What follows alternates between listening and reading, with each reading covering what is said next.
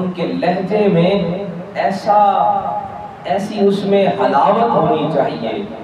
ایسی اس میں مٹھاس ہونی چاہیے کہ جو سامعین کے کانوں سے گزر کر ان کے دلوں تک پہنچے۔ تو حضرت ہود علیہ السلام کی قوم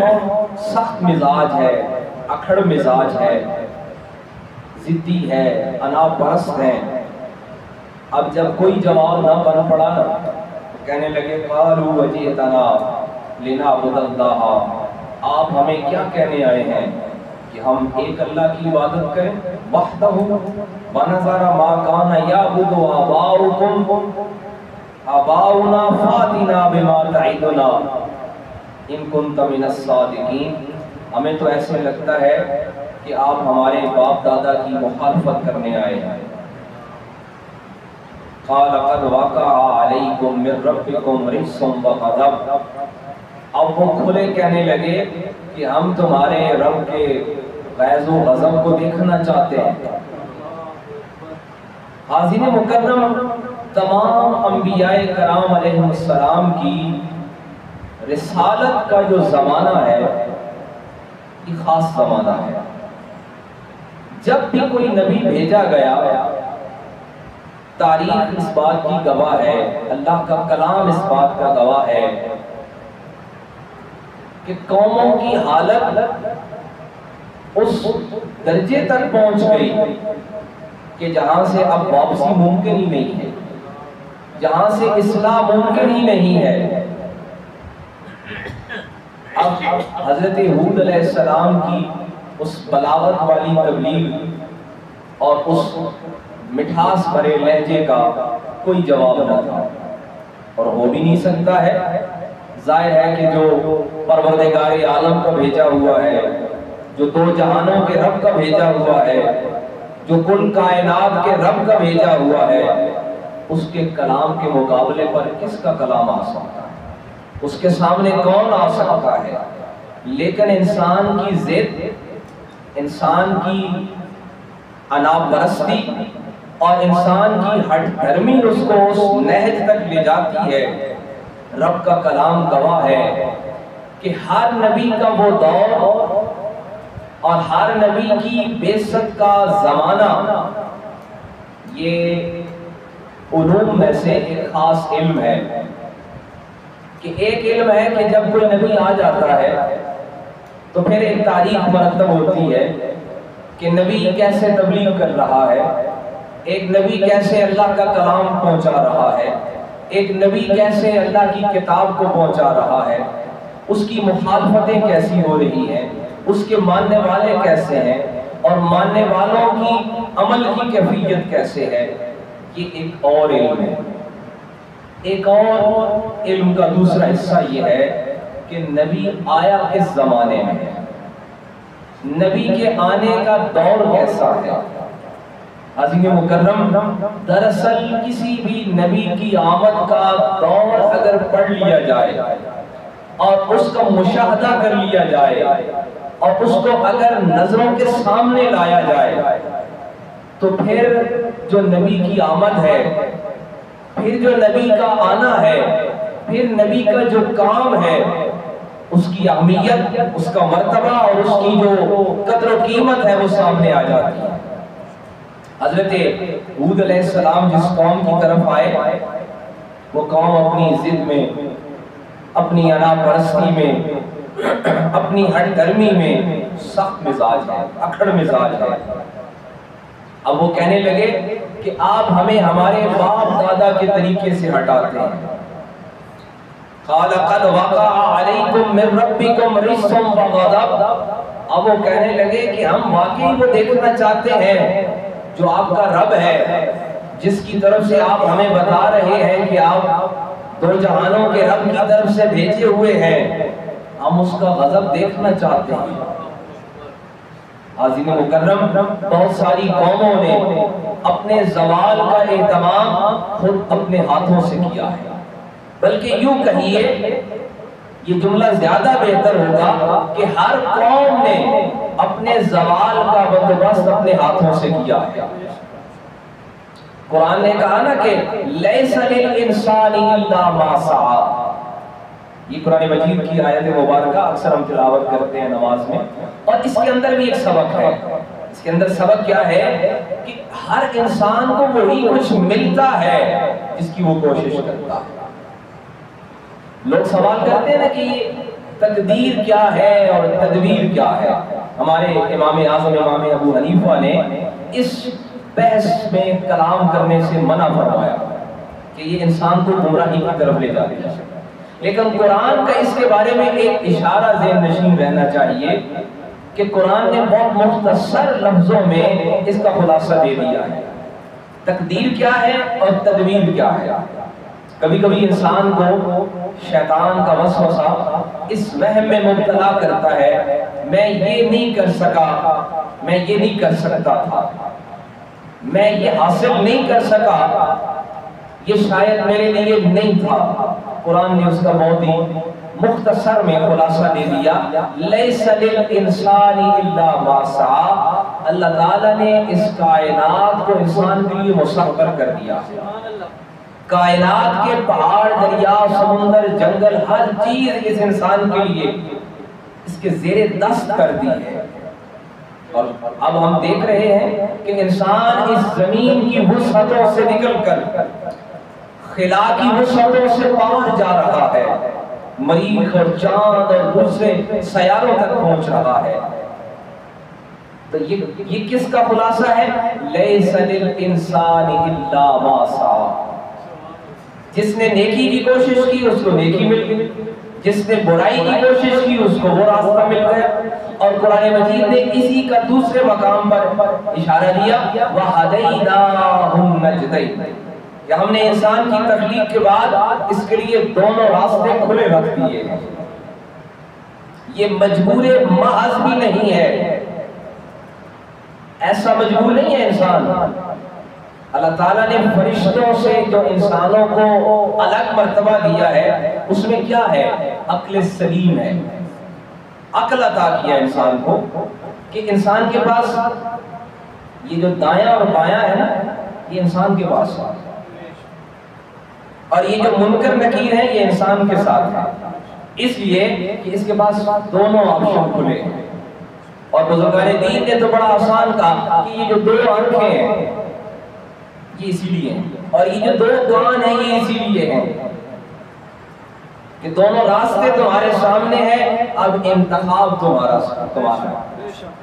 وَهَدَيْنَاهُ النَّجْدَيْنِ اور لَيْسَ لِلْإِنسَانِ إِلَّا مَا سَعَى۔ اب آئیے جس کو ہم پڑھ رہے ہیں سورہ اعراف کی آیت مبارکہ 71، اللہ کریم فرما رہا ہے کہ وہ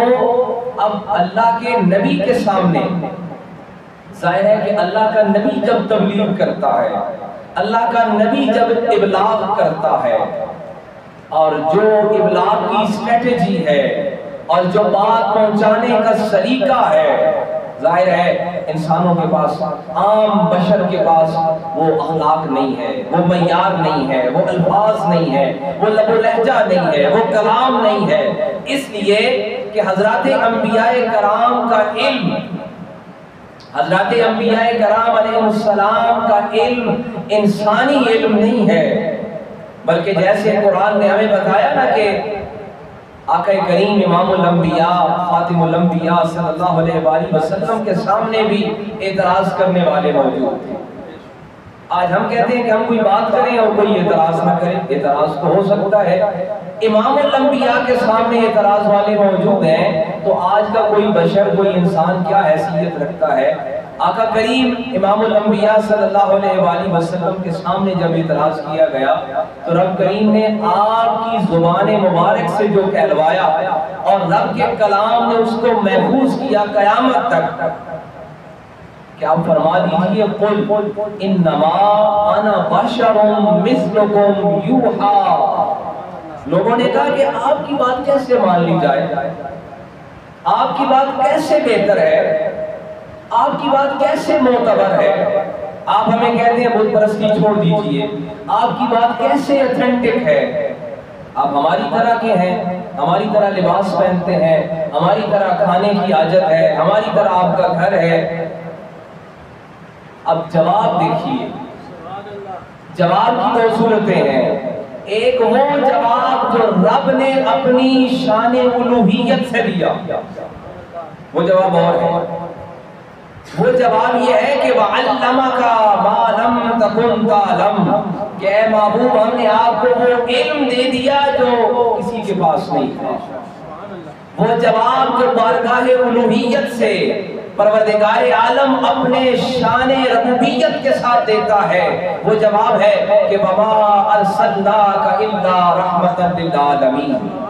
وہ جواب جو کائنات کا پالنہار اپنی شان الوہیت کے ساتھ دیتا ہے، وہ جواب ہے کہ قد جاءکم من اللہ نور و کتاب مبین، کہ تمہارے پاس رب کی طرف سے نور آ گیا۔ اب انداز بیان دیکھیے، ابلاغ کا انداز دیکھیے، اور پیغام پہنچانے کا اسلوب اور سلیقہ دیکھیے کہ ایک وہی بات، وہی تعارف، وہی شخصیت، اور تعارف جب رب کراتا ہے تو بتاتا ہے وَمَا أَرْسَلْنَاكَ إِلَّا رَحْمَةً لِلْعَالَمِينَ۔ جب رب تعارف کراتا ہے تو فرماتا ہے رحمتی واسعت کل شیء، کہ یہ میری وہ رحمت ہے جو ہر شے سے وسیع ہے۔ اور جب وہ تعارف کراتا ہے تو کہتا ہے اِنَّا أَعْطَيْنَاكَ الْكَوْثَرَ، اور جب وہ تعارف کراتا ہے تو فرماتا ہے لا اقسم بهذا البلد، اور جب وہ تعارف کراتا ہے تو فرماتا ہے وَالضُّحَىٰ وَاللَّيْلِ إِذَا سَجَىٰ، اور جب وہ تعارف کراتا ہے تو کہتا ہے أَلَمْ نَشْرَحْ لَكَ صَدْرَكَ۔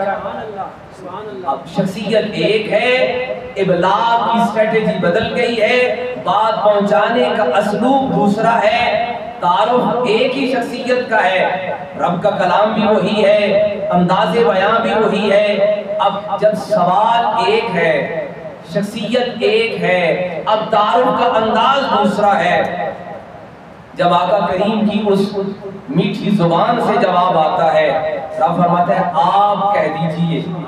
قل آپ فرما دیجئے۔ یہ قل کے اندر ہی ایک پردہ ہے، یہ قل کے اندر ہی ایک حجاب ہے کہ آپ بتا دیجئے، قل آپ کہہ دیجئے انما انا بشر مثلکم، میں تمہاری طرح کا ہی بشر ہوں، یوحا، لیکن میرے پاس رب کی وحی آتی ہے۔ بشر وہی ہے، بشر تمہاری مثل۔ اب اس پر بہت زیادہ بحث ہو سکتی ہے، کی گئی ہے کہ جن کو آقا کریم فرما رہے تھے، حالانکہ اعتراض کرنے والوں میں یار غار سیدنا صدیق اکبر نہیں تھے، اعتراض کرنے والوں میں جناب سیدنا امیر المومنین عمر ابن الخطاب نہیں تھے، حالانکہ اعتراض کرنے والوں میں ذوالنورین جناب سیدنا عثمان نہیں تھے، اعتراض کرنے والوں میں حیدر کرار مولائے کائنات نہیں تھے، لیکن قرآن کا جواب جو قیامت تک محفوظ کیا گیا، آقا کریم کی زبان سے ادا ہوا کہ قل آپ کہہ دیجئے انما انا بشر مثلکم، حالانکہ وہ جواب تو ابو لہب و ابو جہل کے لیے تھا، لیکن اس جواب کا آغاز ہی ایک حجاب لیے ہوئے ہے، ایک پردہ لیے ہوئے ہے، ایک پورے مضمون کا خلاصہ لیے ہوئے ہے، اور وہ خلاصہ کیا ہے کہ بات کل سے شروع ہو رہی ہے، محبوب ہم نہیں کہہ رہے، یہ آپ کہیں۔ میں نے عرض کیا نا کہ ابلاغ کا، تبلیغ کا، بات پہنچانے کا ایک سلیقہ ہے، ایک کرینہ ہے، ایک اسلوب بیان ہے کہ اسی شخصیت کا تعارف رب العالمین کرائے تو بتائے وَمَا أَرْسَلْنَاكَ إِلَّا رَحْمَةً لِلْعَالَمِينَ، اور جب ان کی زبان سے کہلوایا تو فرمایا قُلْ إِنَّمَا أَنَا بَشَرٌ مِثْلُكُمْ۔ ہاں پھر اس کے اندر بھی، اس جواب کے اندر بھی ایک جواب ہے، میں تمہاری طرح کا بشر ہوں، یوحا، لیکن مجھ پر وحی اترتی ہے۔ اب وہ بشر اور ہے جس پر وحی اترتی ہے، وہ جس طرح قرآن نے ایک اور حوالہ دیا نا کہ ایک وہ ہے نا، جس طرح علامہ اقبال نے کہا کہ عبد دیگر عبدہو چیزیں دیگر، 15ویں پارے کا آغاز ہو رہا ہے نا کہ سبحان الذی اسرا بعبدہ، باقی سب عبد ہے اور وہ عبد ہی ہے۔ اس کا معنی یہ ہے کہ ایک ساری مخلوق کہتی رہے کہ ہم اس کے بندے ہیں، اور کہنا بھی پڑتا ہے، کہنا بھی چاہیے، کہنے کا استحقاق بھی ہے اور کہنے کی ذمہ داری بھی ہے، اور ہر مخلوق کہہ بھی رہی ہے کہ ہم تیرے عبد ہیں، ایاک نعبد، کہ ہم تیرے عبد ہیں۔ ایک ہم ساری عمر کہتے رہے تیرے عبد ہیں، تیرے عبد ہیں، تیرے بندے ہیں، لیکن ہمارے پاس کوئی سند نہیں کہ کبھی اس نے کہا ہو، کہ کبھی اس نے کہا ہو۔ تو رب کا کلام کہتا ہے ایک عبد وہ ہے، اقبال نے کہا عبد دیگر عبد ہو چیزیں دیگر، سبحان اللہ، ای منتظر او سراپا منتظر، ایک انتظار میں ہے اور ایک کا وہ خود منتظر ہے۔ سبحان اللہ، عبد جواب کے انتظار میں ہے اور عبد ہی اور ہے جس کو اس نے اپنا بندہ کہا، سبحان اللہ، جس کو اس نے اپنا عبد قرار دیا۔ تو حاضرین مکرم، بات یہاں سے شروع ہوئی کہ حضرات انبیاء کرام علیہ السلام کے ابلاغ کا کرینہ اور ہے، سلیقہ منفرد ہے، اور یہی وہ کرینہ ہے، یہی وہ سلیقہ ہے جو حضرات انبیاء کرام علیہ السلام کی شخصیت کو باقی انسانوں سے جدا کر دیتا ہے۔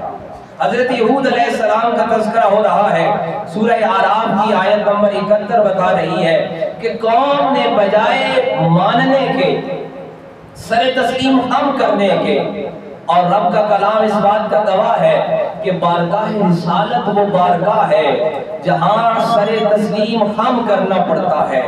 جہاں سروں کو جھکانا پڑتا ہے، جہاں اپنے اعتراضات کو روکنا پڑتا ہے، اور جہاں بغیر چون و چرا کے تسلیم کرنا پڑتا ہے۔ سبحان اللہ، اب بجائے ماننے کے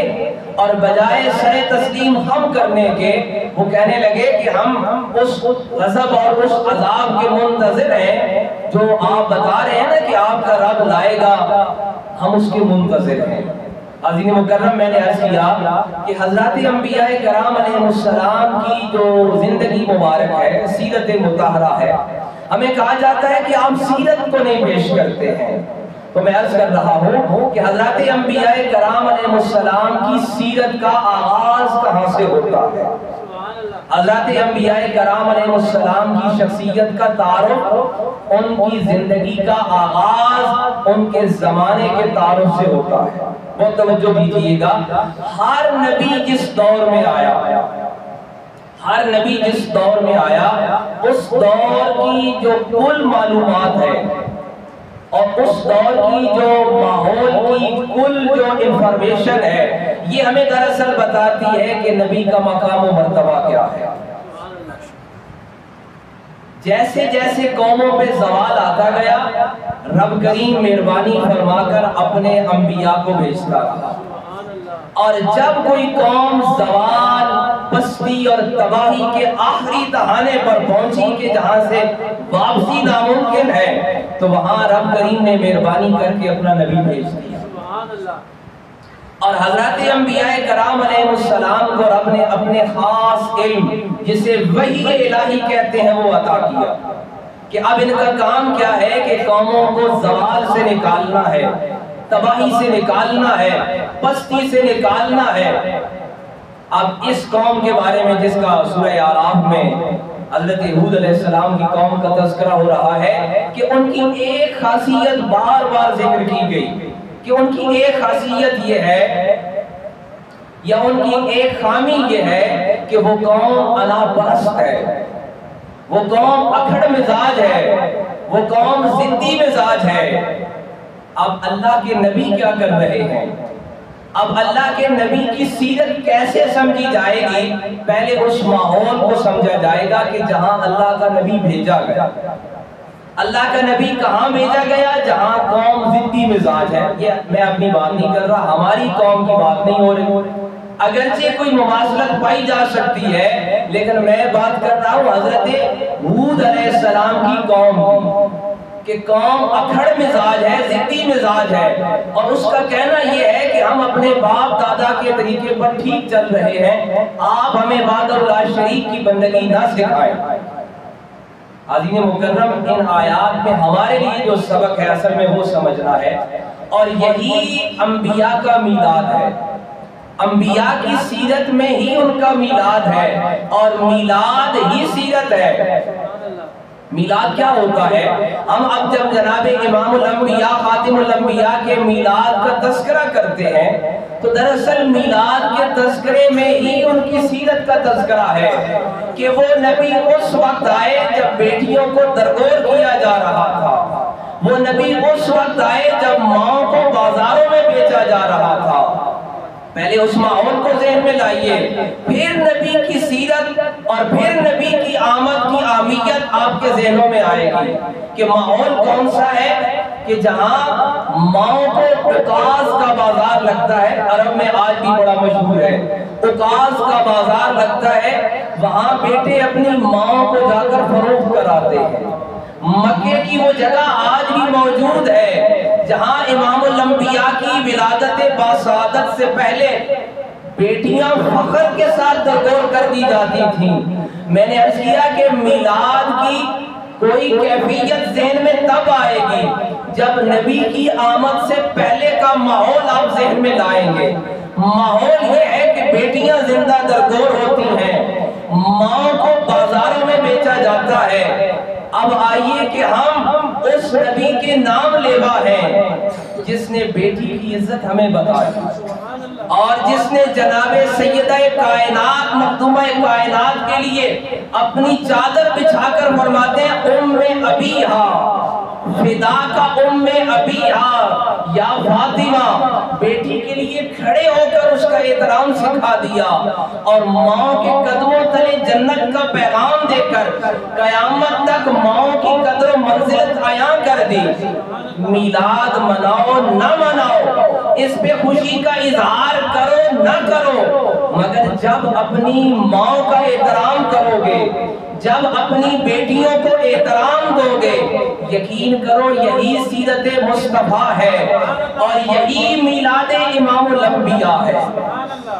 اس کے لیے کوئی ضروری اعتبار کی ریکوائرمنٹ ہی نہیں رکھی گئی ہے کہ کوئی اللہ کی طرف سے تقاضا کیا گیا ہو، حالانکہ تقاضا قرآن میں موجود ہے کہ جب رب کی تمہیں نعمت ملے اس کا چرچا کیا کرو۔ جب رب کی کوئی نعمت ملے، بیٹے ملتے ہیں چرچا کرو، بیٹیاں ملتی ہیں چرچا کرو، دولت ملے، علم ملے، صحت ملے، جتنی نعمتیں ملے ان کا چرچا کرو۔ اب جس نے جو نعمت اپنے ذہن سے سمجھی وہ اس کا چرچا کرے۔ ہم نے تو یہ سمجھا کہ نعمت عظمیٰ بھی، نعمت کبریٰ بھی، نعمت حقیقی بھی اور کائنات کی اصل نعمت جناب رسالت مآب آقا کریم صلی اللہ علیہ وآلہ وسلم کی ذات والا صفات ہے۔ لہٰذا ہر مومن، ہر توحید پرست، ہر کلمہ گو آقا کریم کی ولادت باسعادت کا اہتمام، اس کی خوشی، اس کا تذکرہ اپنی جسارت اور اپنی عقیدت کے مطابق کرتا ہے۔ الہ العالمین ہمیں